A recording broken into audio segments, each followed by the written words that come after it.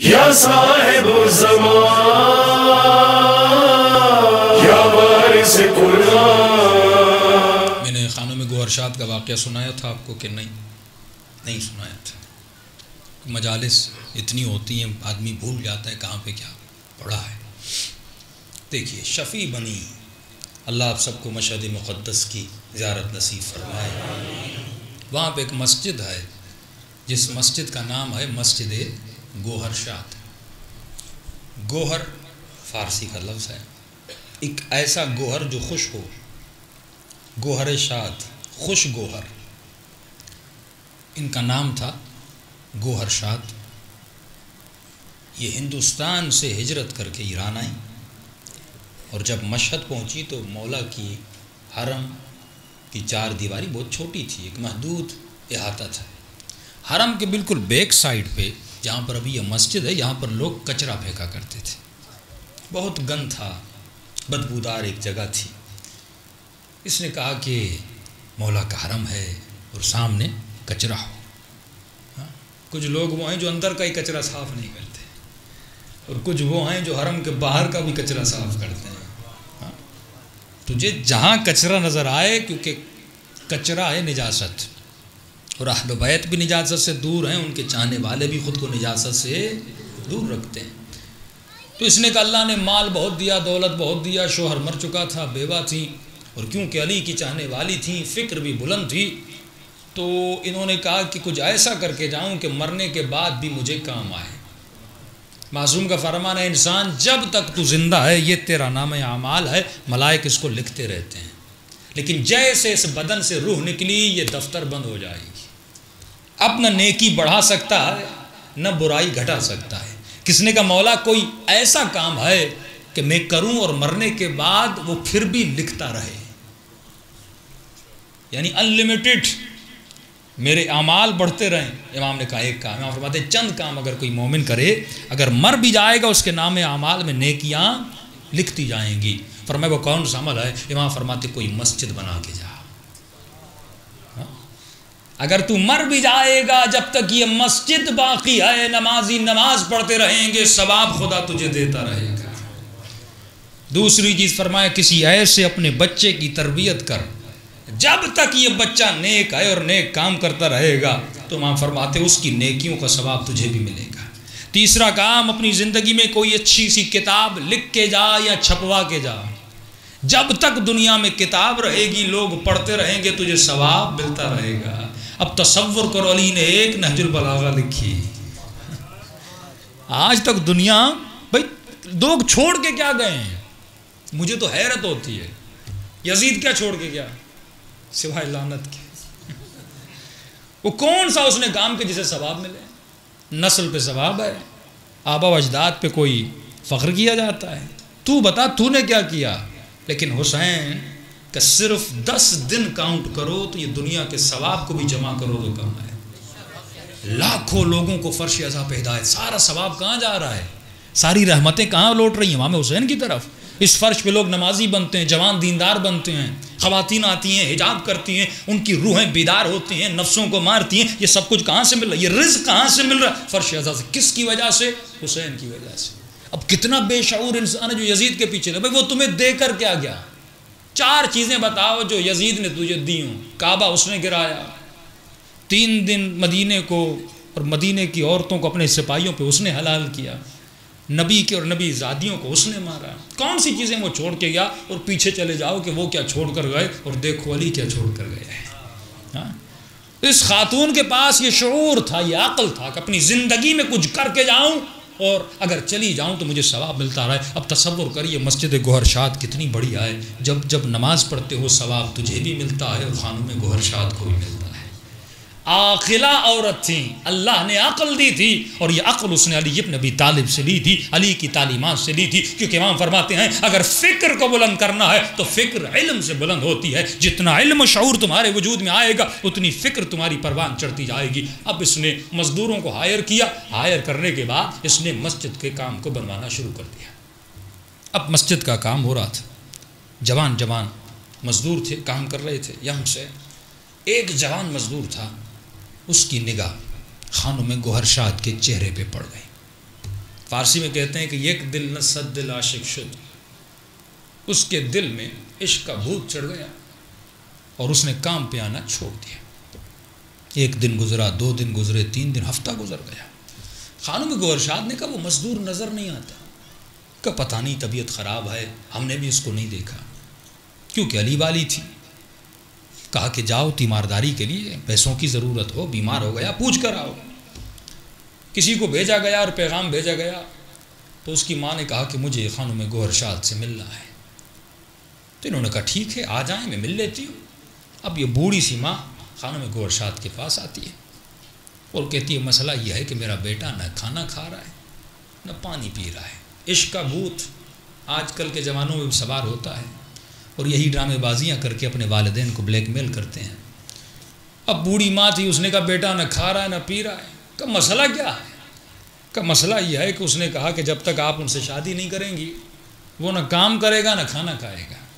یہ پریشان ہو گئی کہ میرا شادی کا ارادہ ہے، میں بیوہ ہوں، میری عمر اتنی ہے کہ میں نہیں جانتی اللہ نے ایک بیٹا دیا ہے اور وہ بھی نہ کھانا کھا رہا ہے نہ کچھ کر رہا ہے، میرا بیٹا مر جائے گا۔ جیسے مائیں روتی ہیں، رونا دھونا شروع کر دیا۔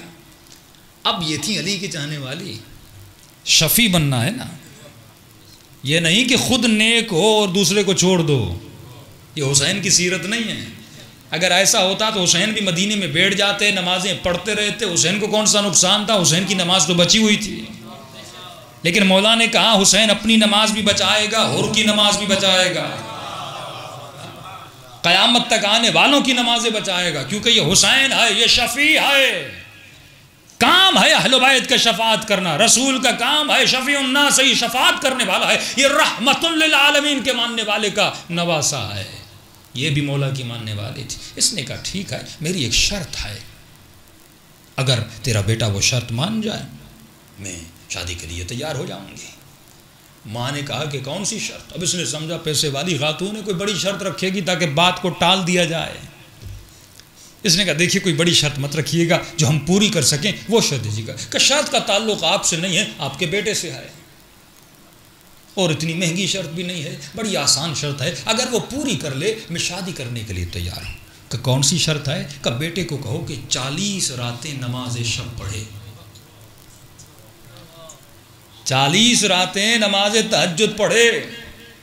آج کی خاتون، آج کی میری بہن، آج کا باپ جب تیرے گھر میں رشتہ آتا ہے تو آپ کی شرطیں کیا ہوتی ہیں؟ گاڑی ہے، بنگلہ ہے، میرا اسٹیٹس یہ ہے، آپ کا اسٹیٹس کیا ہے؟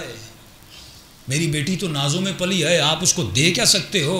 یہ ہماری شرطیں ہیں، یہ علی کی شرطیں نہیں ہیں۔ اے خاتون، اگر کوئی جوان تیرے عشق میں گرفتار ہے، تو جانتی ہے کہ یہ تیری محبت میں جو تو کہے یہ کر سکتا ہے، تو یہی تو ہے کہ بندہ بندے کے عشق سے خدا کے عشق تک پہنچ جاتا ہے۔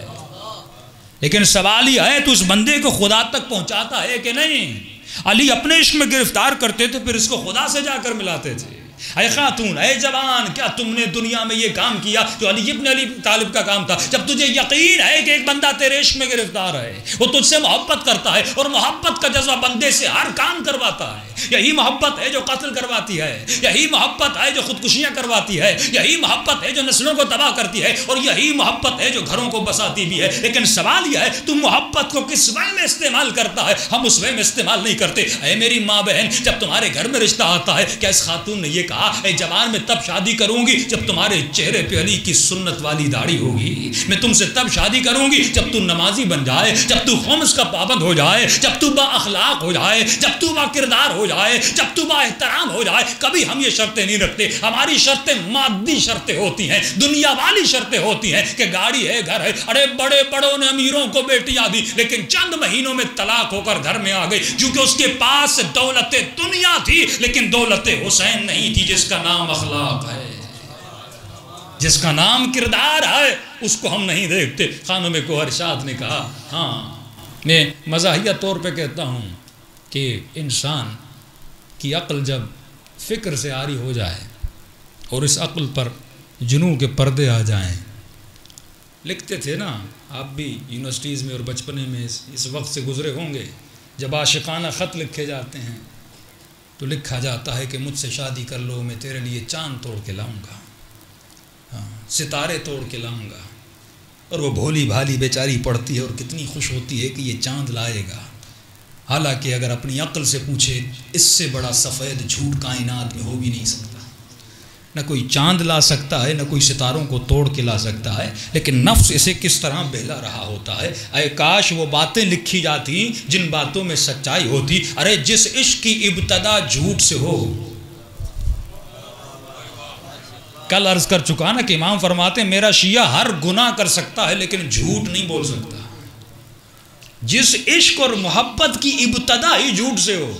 آج ہم کسی کو اپنانے کے لیے کتنے جھوٹ بولتے ہیں، یہ بات یاد رکھیے، ابتدا اگر جھوٹ کی مناؤ گے پھر انتہا طلاق پہ ہوتی ہے، پھر جھگڑوں پہ ہوتی ہے، لیکن اگر رشتوں کی ابتدا سچائی پہ کرو گے، نہیں مولانا آج جھوٹ بول لے لیتا ہوں، کب شادی ہو جائے گی، میں اس کو سمجھا دوں گا کہ یہ میں نے جھوٹ بولا تھا، اگر سچ بولتا آپ ہم سے شادی نہ کرتے۔ ارے جھوٹ کے رشتوں کی بنیاد بڑی کھوکھلی ہوتی ہے، سچ کی بنیاد بناؤ۔ امام فرماتے ہیں علی کا چاہنے والا سر تو کٹا سکتا ہے لیکن کبھی جھوٹ نہیں بول سکتا۔ کیوں نہیں بول سکتا؟ کیونکہ خدا نے جھوٹوں پر لعنت کیا ہے۔ اب خانم گوہر شاد نے کہا میری شرط ہے کہ 40 راتیں نماز شب پڑھے۔ ماں خوشی خوشی گھر گئی، بیٹے کو کہا بیٹا خوشخبری ہے، ایک شرط رکھی ہے۔ کہا کوئی بڑی شرط تو نہیں ہے؟ کہا نہیں بڑی آسان شرط ہے۔ کہا کیا شرط ہے؟ کہ خانم گوہر شاد نے کہا 40 رات نماز تہجد پڑھو۔ بڑا خوش ہوا۔ کہا اگر وہ کہتی تو پوری زندگی پڑھتا۔ ارے اللہ کے لیے ایک نماز نہ پڑھی، کسی خاتون کی محبت میں بندہ پوری زندگی نماز پڑھنے کے لیے تیار ہو جاتا ہے۔ آپ دیکھ رہے ہیں یہ بتا رہا ہے اسے خدا سے عشق تھا ہی نہیں، یہ جانتا ہی نہیں تھا عشق کیا ہوتا ہے۔ اگر جانتا تو علی والا مزاج ہوتا، نماز میں پاؤں سے تیر نکل گیا، لیکن علی کو پتہ نہ چلا یہ عشق خدا ہے، یہ محبت خدا ہے کہ حسین سر کٹانے کے بعد بھی نو کے نیزہ پہ قرآن کی تلاوت میں نظر آتے ہیں۔ یہ عشق خدا ہے کہ بدن دھڑ سے سر دھڑ سے جدا ہو چکا لیکن عشق نے ان لفظوں کو زبان سے جدا نہیں کیا۔ یہ عشق اہل بیت ہے جو خدا سے عشق تھا، لیکن وہ کب ہوگا جب ہم مجاز سے نکل کر حقیقت کے میدان میں آئیں گے، تب ہمیں احساس ہوگا کہ عشق خدا کیا ہوتا ہے۔ اس نے کہا 40 راتیں، ارے میں تو 1000 راتیں نماز پڑھنے کے لیے تیار ہوں۔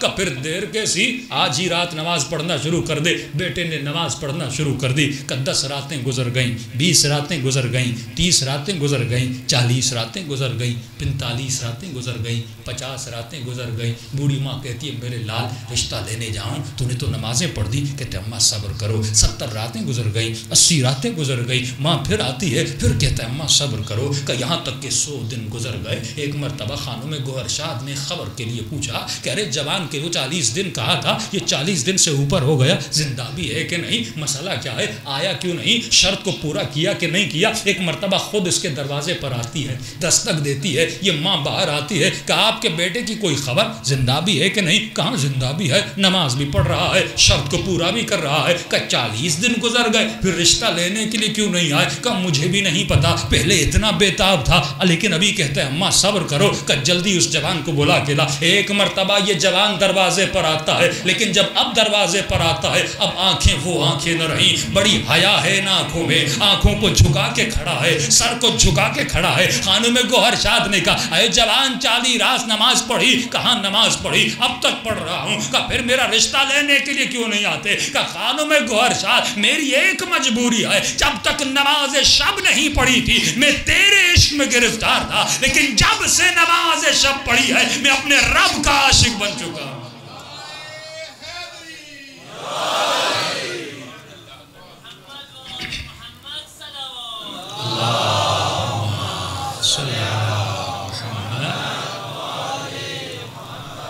جو اللہ